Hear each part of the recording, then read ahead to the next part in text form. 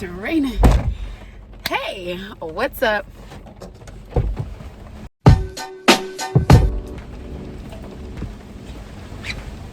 What's up, YouTube? It's your girl nayecole, and welcome back to my channel. In today's video, we're talking about renting a car through Uber, driving for Uber, the pros and cons. So without further ado, we just gonna get right into it. So first, why am I renting for Uber, right? Renting for Uber because I needed a vehicle, and also in between jobs right now, needed a check, needed an income. Now with the program, it's really simple. You go onto the Uber app, you need a driver's license for the state that you're in. So when you're on the app, right, they have an area where it's like, oh, you need a car, vehicle. You click on that, and then you click rent a car, and they bring up a list of options of cars that you can rent in your area, and they show the price range. Honestly, the price range averaged around $300 to rent a car, and they show you different rental companies. Avis was listed on there, Hertz was listed on there. They also had electric cars companies listed. So I went with Avis because I'm familiar with them. I rented through them before, and their process is fairly easy. Something to keep in mind is some of the rental companies require a security deposit. So it'll be the amount for the car plus the security deposit. Read the fine print, you guys, because it will show it on there. So for me personally, I rented through Avis. They did not have a security deposit. They said they had it listed, but when I went to pick up the car, they told me that they did not require a security deposit. So I was like, cool, because I ain't have it at the moment.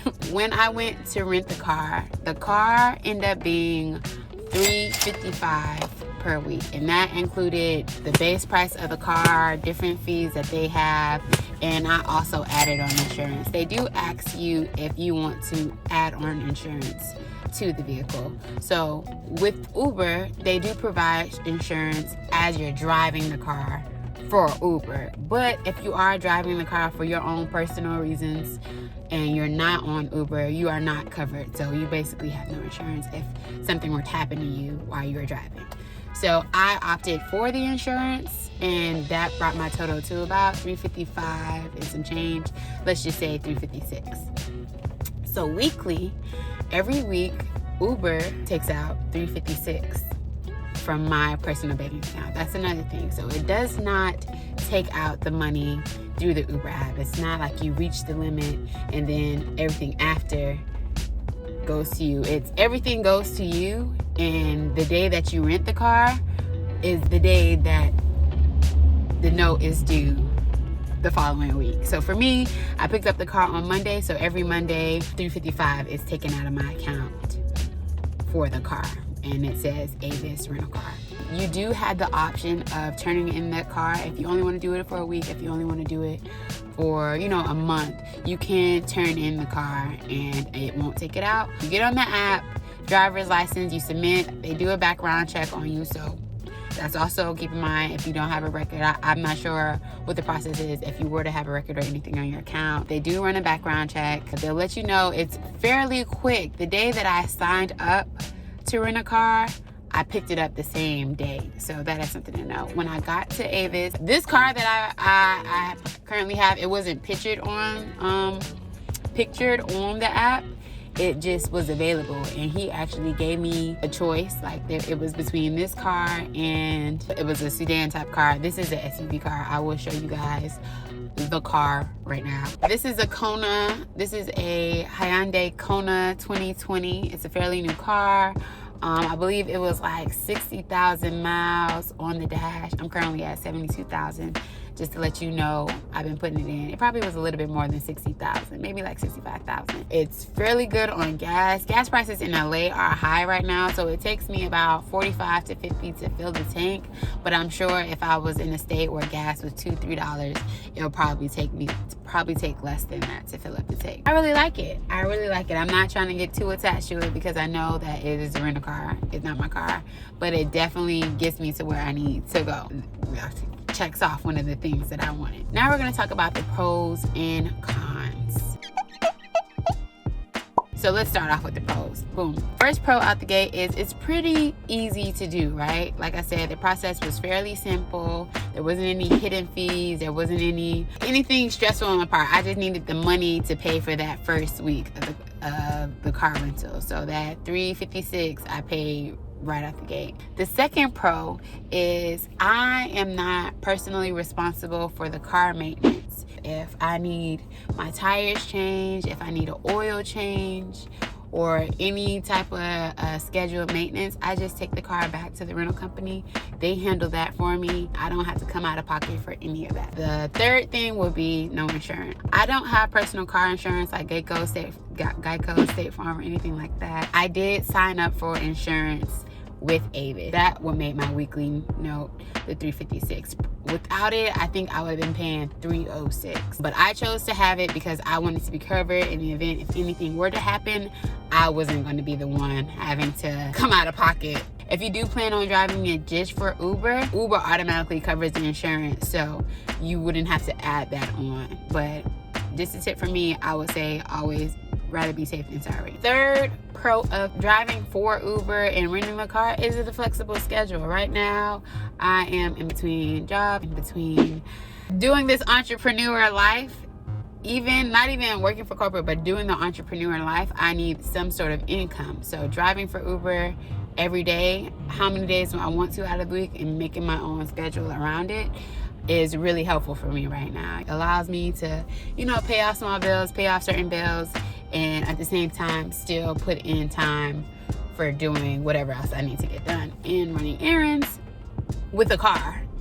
Because prior to this, I was catching the train on the bus. Y'all seen it in my videos before. Another pro is with Uber, you can decide what type of service you want to provide, whether it is Ubering people to their locations, delivering packages, or food delivery. They do give you that option in the app, and I think that is something that honestly it's great, because you have the option whether you want people in your car or if you're just making deliveries for some person. So I do think that's a pro.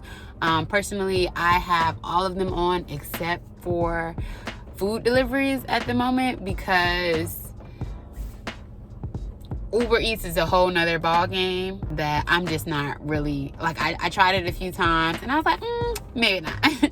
Another pro is because it's not my car, I'm not really concerned about the mileage that is on the car. With driving for Uber, you do drive a lot. People be going places, y'all. There's a lot of mileage, so that's something to keep in mind if you're thinking about driving for Uber with using your personal car. All right, moving on to cons of renting through Uber. The first con is that you have to pay it weekly. It's not a monthly fee. It's not a certain amount fee. It is a weekly fee. That weekly fee, $356, I make sure that I covered that within the first 2-3 days of the week. It's possible. I try to just get that out the way, so throughout the week I'm not driving to just pay for the car. If I didn't pay for the car and I just went rogue, they will cancel the Uber app, and it pretty much would come down to theft. Like, they will come after me if I wasn't paying for it and put a hold on my account and just be in the red zone. So I make sure that I stay up on the payments. The average car note is about, when I did have my car, my Jeep, my car note was $333 a month. So $333 a month versus $355 weekly, you do the math. That's definitely something to consider. Another con is gas. With gas, Uber is not providing a gas card for you, period. Uber is not providing a gas card. They do have some perks that they offer within the app. Like, if you drive a certain amount, you get these points, and you might get 25% off a gallon, things like that. So the gas is coming out of my pocket. So it's something that I also have to calculate while making that earning, knowing that I have to put $40 to $50 in here to have a full tank in order to drive. Another con is it is a responsibility. So you have to drive. If you have a lot of things life right now and you don't have the time to commit, maybe 3 to 4 hours, not even 3 to 4, I would say 3 to 4 hours to drive per day to earn that income. maybe this is something that you might not want to do, because you do have to put in those hours on the road, and it might not have to be every day of the week. You can create your schedule. Say some days, maybe you go Monday, Wednesday, Friday, 8 hours a day. You can create your schedule to that, but just keep in mind that it is a responsibility that you have to take care of. If you don't drive, you're basically renting a car, so that expense will be coming directly from you if you have earnings or not. My schedule, what I do right now, I drive from typically around 5 to 6 in the morning until 10. Did I do a separate video on that?